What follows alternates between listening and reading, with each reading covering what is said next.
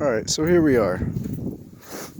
When I first got the car, I know I got a big gap there. I got to adjust the trunk. But I brought it here straight from school after working on it for about a week. This, I got at a junkyard. And it was really, really rusty and pitted and nasty. And I could not even get the rust all the way off. So I had to use epoxy primer. I still need to do a coat of high build primer over this etching primer. But I got it for dirt cheap. My original trunk lid lock hole was pushed in and all rusty and just mangled. They used it. They used mud and pieces of sheet metal bent inside to try to make a keyhole, and they didn't have anything in it when I got the car. So I imagine it didn't work out for them. Understandable. When I got the car, it had some of the trim around the window. I went ahead and just took it all off because it's got to come off. Windows got to come out. I got to fix these channels. Put some fiberglass here just temporarily, to stop the rust until I can get the windows out. Whatever. I've been kind of tinkering around with sanding the paint off. Like I said, it was fire engine red, like these rims, the whole car everywhere when I got it, and it was really shittily done, if that's even a word. So you see what I'm working with. These are the original front doors. When I got the car, it didn't have door handles, and I tried to figure out every solution that I could to make door handles work again, because I want my kids to be able to get in and out of it. I don't understand why they shave the back doors. I've seen a few like that, 65 four doors. I don't know why they do that. So that's what they did, and then put about 1 inch of body filler over it. And down here, you can see where I was chipping away at it before I said fuck it and just started looking for some new doors. So there's that. And actually, here's the trunk lid that I was gonna try to patch in a keyhole, because it's not in horrible shape. It's not that rusty or really anything. So I was gonna do that, but I didn't. I got the other trunk lid, which was really rusty and really crusty and messed up, but it had a good keyhole.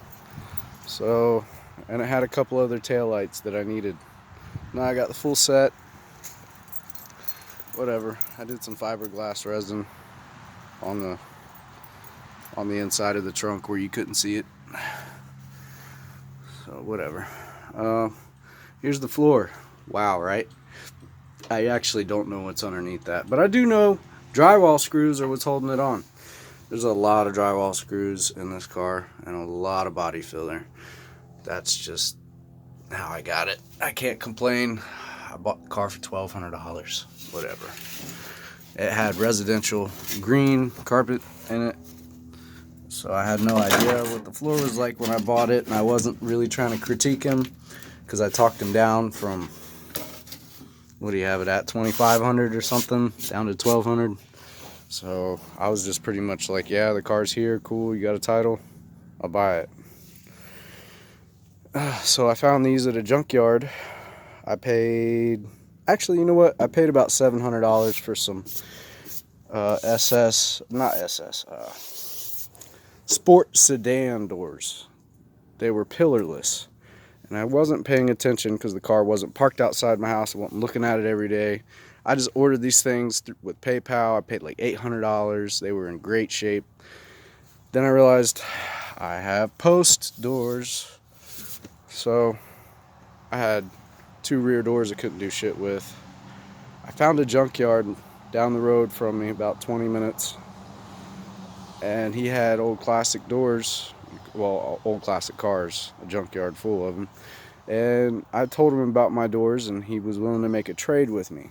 These had door handles that were actually kind of ripped out, but I welded and fixed those. I didn't weld the bottom that were all rusty and crusty and had holes through them. I actually used fiberglass resin and fiberglass mat. No, not mat, the cloth, I'm sorry. So I used fiberglass cloth and resin. Who knows how long it'll last. It's the bottom of the door. It's the bottom of the door, and it seems to be just fine. So, whatever. The original doors didn't have that problem. But they have all these problems. See, I have a nice body line on this. A nice crisp body line. On this, I have no body line. It's flat. It's flat. It is. I don't even know how to go about this. I'm not far enough in my program in school to know how the fuck to make a body line across a whole door and make it functional and make it even look right on the inside. I don't know. Whatever. More drywall screws with like 70s Caprice mirrors. I can't believe they're still on here. I hate them so much. I can't believe I haven't just screwed them off of there. Fenders. Fenders. This one had the emblem on it. I went ahead, took the emblem off. I'm gonna beat it down. I got some resin with me today. I'm gonna fill the holes. I wasn't a fan of the emblems on the 65s. Critique me for it, whatever. I really didn't like them. If I do go with one there, I might do the cursive impala emblem, maybe. Probably won't even do an emblem. Alright, down here, got some rust. I'm having a real hard time getting this fender off here by myself. So, I've honestly just started kind of sanding and fucking with it here. Right here on the car. You can see my dog dick red. Another thing, my hood had these ugly ass